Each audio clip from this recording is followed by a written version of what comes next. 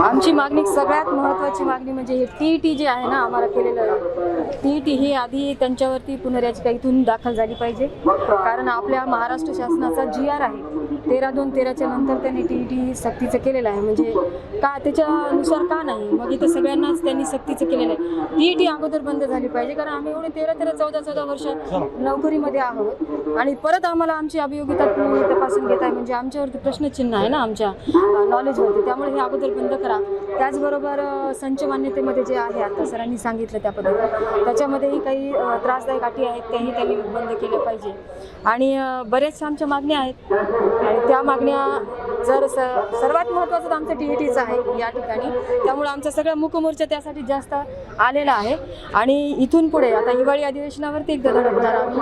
तिथं जर समजा आमचं मान्य नाही झालं तर आझाद मैदान जिंदाबाद. आज शिक्षक समन्वय समितीच्या वतीने मूक मोर्चा काढण्यात आलेला होता.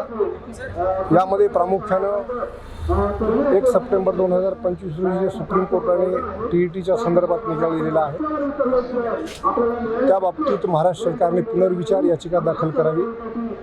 जो शिक्षकावर TET उत्तीर्ण होण्याचा जो अनिवार्य निकाल दिलेला आहे, निर्णय दिलेला आहे, तो अन्यायकारक आहे अशी आमच्या सर्व शिक्षक बांधवांची भावना झालेली आहे.